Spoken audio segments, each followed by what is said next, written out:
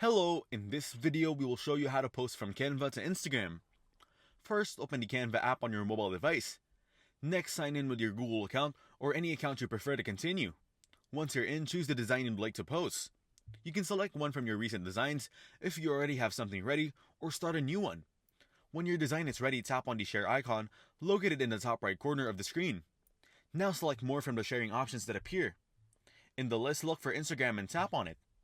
You'll see the option to post immediately. Tap on that. Then tap on continue to proceed. Now Canva will start preparing your post to share on Instagram. Once it's ready, you'll have the option to crop your image to fit Instagram's preferred size, adjust as needed. When done, tap the arrow in the top right corner to move forward. Now you can choose a filter if you'd like to enhance your photo. Then tap on next to go to the final screen. Finally, tap share to publish it directly on Instagram. And that's it. Your design is now shared on Instagram for everyone to see.